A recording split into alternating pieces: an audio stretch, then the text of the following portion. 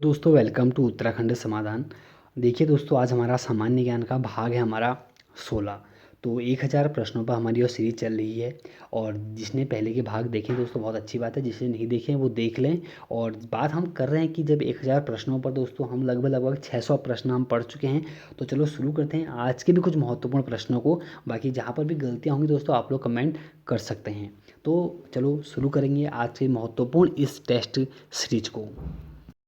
Video शुरू करने से पहले आपको बता दूं दोस्तों, देखिए यहाँ पर मैं विस्तृत जानकारी आपको नहीं देता हूँ, सिर्फ क्वेश्चन पढ़ता हूँ उसके आंसर देता हूँ। तो यहाँ पर गलतियाँ थोड़ा कभी कभी हो जाती हैं। तो इसलिए मैं कहता हूँ कि इसके लिए आप नाइट सीरीज भी हमारी देख सकते हैं, वहाँ पर भी काफ़ी कुछ मैं आपको मिश्रित प्रश्न लेके आता हूँ हमेशा। तो देखिए आज हमारा 11वां प्रश्न है, 611वां प्रश्न है कि भारतीय संविधान की 8वीं अनुसूची का संबंध किससे है। तो सभी लोग दोस्तों हमारे वाकिफ़ हैं, जो हमारे जो 12 अनुसूची हैं उन अनुसूचियों में हमारा जब हम बात कर रहे हैं कि 8वीं अनुसूची की, तो दोस्तों वहाँ पर हमारा वर्णन है भाषाओं का। तो इसका आंसर हमारा सही होता है। जब बात करते दल बदल, तो दल बदल का दोस्तों हमारा 10वां भाग है, सॉरी 10वीं अनुसूची है, माफ़ी चाहूँगा। और 612वां हमारा प्रश्न है कि वर्तमान समय में भारतीय संविधान में गणना की दृष्टि से कुल कितने अनुच्छेद और अनुसूचियां हैं। तो देखिए हमारे कुल वर्तमान में 395 अनुच्छेद और 12 अनुसूचियां और हमारे 22 भाग हैं। और जब हम दोस्तों बात करते हैं, बहुत सारे लोग कमेंट करें कि हमारे जो अनुच्छेद हैं 395 नहीं हैं, 444 हो गए हैं या बढ़ गए हैं। तो दोस्तों आपसे मैं एक ही बात कहूँगा, मूल रूप से दोस्तों हमारे अनुच्छेद हैं वो 395 ही हैं। और हमारा 13वां प्रश्न है कि भारतीय संविधान के किस अनुच्छेद के अंतर्गत नागरिकों को मौलिक अधिकार प्रदान किए गए हैं। तो दोस्तों नागरिकों को जो हमारे मौलिक अधिकार जो प्राप्त किए गए हैं, यह दोस्तों हमारा अनुच्छेद 12 से लेकर 35 तक हैं। बहुत महत्वपूर्ण दोस्तों एक हमारा ये मौलिक हमारे अधिकार हैं। बाकी जानेंगे दोस्तों महत्वपूर्ण हम जो नाइट वाली सीरीज चलती है। और 14वां प्रश्न है कि भारतीय संविधान में समानता का अधिकार पत्र अनुच्छेदों द्वारा प्रदान किया जाता है, यह है। तो आपसे पूछा गया है कि समानता का जो अधिकार है यह कौन सा अनुच्छेद में है। तो इसका जो सही हमारा आंसर होगा दोस्तों वह होगा अनुच्छेद 14 से लेकर अनुच्छेद 18 तक। और 15वां प्रश्न है कि भारतीय संविधान में भारत को किस प्रकार वर्णित किया गया है। तो देखिए दोस्तों भारतीय संविधान में भारत को हमारा जो वर्णन किया गया है, यह कहा गया है कि जो भारत है हमारा एक राज्यों का हमारा क्या है, संघ है। ऐसा ही तो कहा गया है, राज्य और केंद्र शासित का हमारा क्या है, एक हमारा संघ है। तो इसका बी इसका आंसर हमारा सही होगा। महासंघ नहीं बोला गया, देखो ना यहाँ पर महासंघ लिख दिया ना, महासंघ नहीं बोला गया है, संघ बोला गया है। और 616 प्रश्न है कि 500 से अधिक अधिक रजवाड़ों देसी रियासतों में भारत विलय के लिए कौन उत्तरदायी हैं। देखिए अगर मूल रूप से बोलते तो कहीं पर 565 दिखाता दोस्तों देसी रियासत, कहीं पर 562 दिखाता है।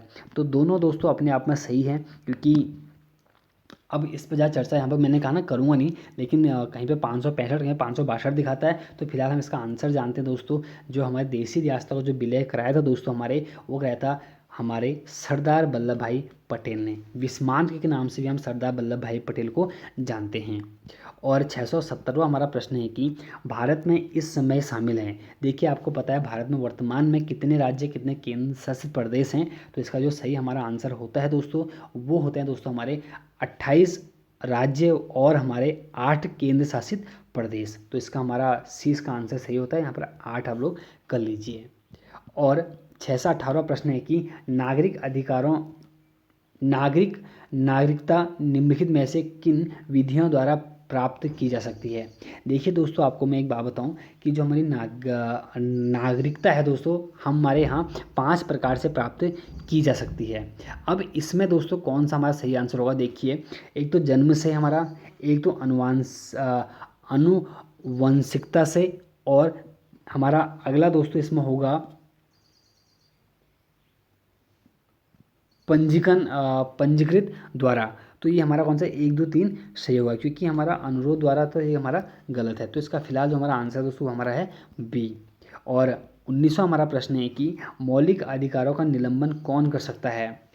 तो दोस्तों जो मौलिक अधिकारों का जो हमारा निलंबन है दोस्तों, यह जो हमारे करने का मौलिक अधिकारों का निलंबन कौन कर सकता है। तो दोस्तों इसको जो कर सकता है हमारा मौलिक अधिकारों को, वह हमारा सर्वोच्च न्यायालय या राष्ट्रपति, जो निलंबन कर सकता है दोस्तों मौलिक अधिकारों का, वो हमारा राष्ट्रपति दोस्तों कर सकता है।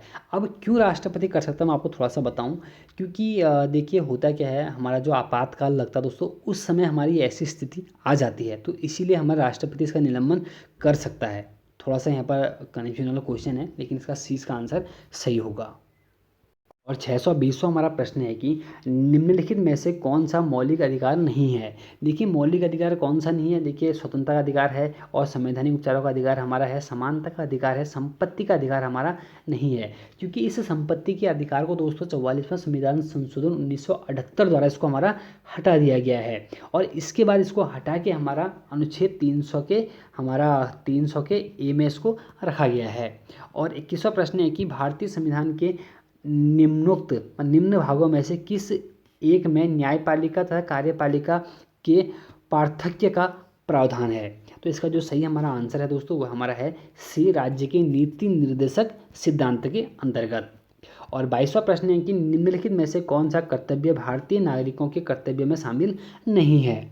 तो देखिए कौन सा शामिल नहीं है, अब हमको सभी पढ़ने से अच्छा है कि मैं आपको बता दूं। देखिए देश की सुरक्षा करना और आवश्यक होने पर देश में सेवा प्रस्तुत करना बिल्कुल है दोस्तों, और राष्ट्रीय पर्यावरण की सुरक्षा इसमें सुधार करना बिल्कुल है, सार्वजनिक संपत्ति की सुरक्षा करना, हिंसा का परित्याग करना बिल्कुल है, सत्तारूढ़ राजनीति का दल समर्थन करना, तो ये दोस्तों हमारा गलत है। तो इसका हमारा डी इसका आंसर होता है हमारा। तो सत्तारूढ़ राजनीति दल का समर्थन करना ऐसा नहीं है, आप किसी का भी समर्थन कर सकते हैं। और 23वां हमारा प्रश्न है कि भारत के राष्ट्रपति निर्वाचित होने के पात्र बनने के लिए किसी भी व्यक्ति को कितनी आयु होनी चाहिए। तो दोस्तों देखिए राष्ट्रपति बनने के लिए जो हमारी आयु दोस्तों होनी चाहिए वो 35 वर्ष होनी चाहिए। और यहीं पर अगर मैं आपसे बात कहूँ कि प्रधानमंत्री बनने के लिए आपके पास कितनी आयु होनी चाहिए, तो 25 वर्ष। और ग्राम प्रधान बनने के लिए दोस्तों हमारा 21 वर्ष है, और विधायक बनने के लिए भी हमारा 25 वर्ष। और 24वां प्रश्न है कि राज्यसभा की बैठकों का सभापतित्व कौन करता है। देखिए राज्यसभा की जो बैठक होता है दोस्तों, उसका जो हमारा सभापतित्व करता है हमारा, वो दोस्तों हमेशा हमारा उपराष्ट्रपति करता है, क्योंकि उपराष्ट्रपति राज्यसभा का पदेन हमारा सभापति होता है ना, तभी तो करेगा वो। और 25वां प्रश्न है कि भारत में प्रथम उपराष्ट्रपति थे, तो दोस्त सभी लोग वाकिफ हमारे डॉक्टर एस राधाकृष्णन, हमारे जो बाद में हमारे दूसरे हमारे देश के राष्ट्रपति भी बनते हैं। और 26वां प्रश्न है कि वह कौन सी सभा है जिसका अध्यक्ष उस सदन का सदस्य नहीं होता है। देखिए पूछा गया कि वह कौन सी सभा है जिसका अध्यक्ष उस सभा का सदस्य नहीं होता है। तो दोस्तों मैंने बात की अभी हमारे राज्यसभा, क्योंकि राज्यसभा का जो हमारा अध्यक्ष होता है हमारा उपराष्ट्रपति होता है ना, तो हालांकि सदस्य तो होता है नहीं वहाँ का वो। और 27वां प्रश्न है कि भारत के प्रधानमंत्री, देखिए भारत के प्रधानमंत्री की जब बात करते हैं तो दोस्तों देखिए भारत का जो प्रधानमंत्री हमारा होता है, देखिए राष्ट्रपति द्वारा चुना जाता है ऐसा नहीं होता है, राज्य के मुख्यमंत्री द्वारा चुना जाता है ऐसा कभी नहीं होता है, और लोकसभा में बहुमत दल का नेता होता है। बिल्कुल दोस्तों हमारा यह सही है, और चुने नहीं जाते बल्कि वंशानुगत होते हैं दोस्तों। अगर वंशानुगत हमारे होते ना तो दोस्तों आज हमारे मोदी जी प्रधानमंत्री नहीं होते। और इसका सी का आंसर हमारा सही है। 28वां प्रश्न है कि सामूहिक रूप से मंत्रिपरिषद किसके प्रति उत्तरदायी होता है। तो देखिए दोस्तों सामूहिक रूप से जो हमारा मंत्रिपरिषद है, अगर पूछे किसके प्रति उत्तरदायी होता है, तो दोस्तों लोकसभा के प्रति उत्तरदायी होता है। हमेशा दोस्तों पसंदीदा प्रश्न है हमारे एग्जामिनर का ये। और 29वां प्रश्न है कि भारतीय राज्यों में राज्यपाल की नियुक्ति कौन करता है। देखिए जब भारतीय राज्यों में राज्यपाल की जो कोई नियुक्ति दोस्तों हमारा करता है, वह दोस्तों हमारा करेगा राष्ट्रपति, लेकिन उसको जो हमारे राज्यपाल को जो शपथ दिलाता दोस्तों हमारे राज्य का मुख्य न्यायाधीश दिलाता है। और 30वां हमारा प्रश्न है कि किस राज्यपाल की विधानसभा में 2 महिलाओं की नियुक्ति राज्यपाल कर सकता है। जम्मू कश्मीर था, हालांकि आप सब कुछ वहाँ पर चेंज हो चुका है, तो अभी फिलहाल उसको मैं क्वेश्चन को कैंसिल कर देता हूँ। और 31वां प्रश्न है कि संविधान के किस अनुच्छेद के तहत राष्ट्रीय आपातकाल की उद्घोषणा राष्ट्रपति करता है। देखिए दोस्तों आपको पता है 3 प्रकार के हमारे आपातकाल हैं, तो जिसमें अभी यहाँ पर हम बात कर रहे हैं राष्ट्रीय आपातकाल, राष्ट्रीय शासन, वित्तीय आपात, 52, 352, 356, 360 की हमारे हमेशा यहाँ पर बात मैं कर रहा हूँ। तो यहाँ पर बात अभी हो रही है कि हमारा राष्ट्रीय आपातकाल जब होता है कि आंतरिक विद्रोह या हमारा बाहरी आक्रमण जब हमारा होता है, तब राष्ट्रीय आपातकाल दोस्तों हमारा लग जाता है। तो यह अनुच्छेद हमारा होता है 352। और जब हमारे राज्य का जब राज्य की शासन प्रणाली जब हमारी विफल हो जाती है दोस्तों, तब हमारा लगता है राष्ट्रपति शासन। जब देश में वित्त का हमारा आपात आ जाता है तो वहाँ पर लग जाता है हमारा वित्तीय आपात। तो इसका मतलब हमारे आंसर होंगे। और जो अनुच्छेद 368 है दोस्तों, यह हमारा संविधान संशोधन से है, कुछ माइंड में भी एकदम सेट नहीं हो रहा है। अनुच्छेद 368, हाँ, दक्षिण अफ्रीका से जो लिया गया संविधान संशोधन, हाँ ठीक है। और 32वां प्रश्न है कि संसद द्वारा आपातकाल की उद्घोषणा का अनुमोदन कितनी अवधि के अंतराल में होना चाहिए। तो देखिए दोस्तों, हमेशा हमारा जो होता है यह 6 संसद के द्वारा आपातकाल की उद्घोषणा का अनुमोदन कितनी अंतराल में होनी चाहिए, तो 1 माह। तो इसका हमारा 20 का आंसर हमारा सही है। और 600 हमारा 33वां प्रश्न है कि भारतीय संविधान के अनुच्छेद 370 प्रदान करता है। दोस्तों अब तो किसी को नहीं करता, खैर ये हमारा क्वेश्चन गलत हो गया। और संविधान के किस भाग में ग्राम पंचायतों की स्थापना की बात की गई है। तो दोस्तों ग्राम पंचायत की जब हम बात करते हैं दोस्तों, तो हमारा जो ये नीति निर्देशक जब हमारा आता है नीति निर्देशक तत्व, तो वहाँ पर दोस्तों हमारी बात की तो भाग हमारा 4 हो जाएगा। और 35वां प्रश्न है कि किसने यह आह्वान किया कि पुनः वेदों को अपनाएं, मतलब वेदों की ओर लौटो, जो कहा था दोस्तों हमारे दयानंद सरस्वती ने कहा था। इसका 20 का आंसर हमारा तब सही होगा।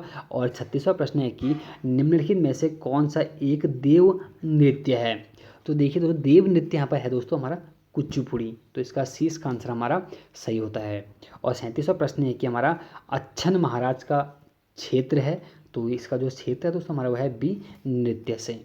और 68वां प्रश्न हमारा कि गिद्दा जो कि एक नृत्य का रूप है किस राज्य का प्रसिद्ध है। तो गिद्दा दोस्तों हमारे है ए, पंजाब का। और 39वां प्रश्न है कि पंडित जयराज निम्नलिखित में से किस क्षेत्र में अपनी प्रतिष्ठा स्थापित की है। तो इसका सही हमारा आंसर होगा दोस्तों हमारा है सी, शास्त्रीय गायन में।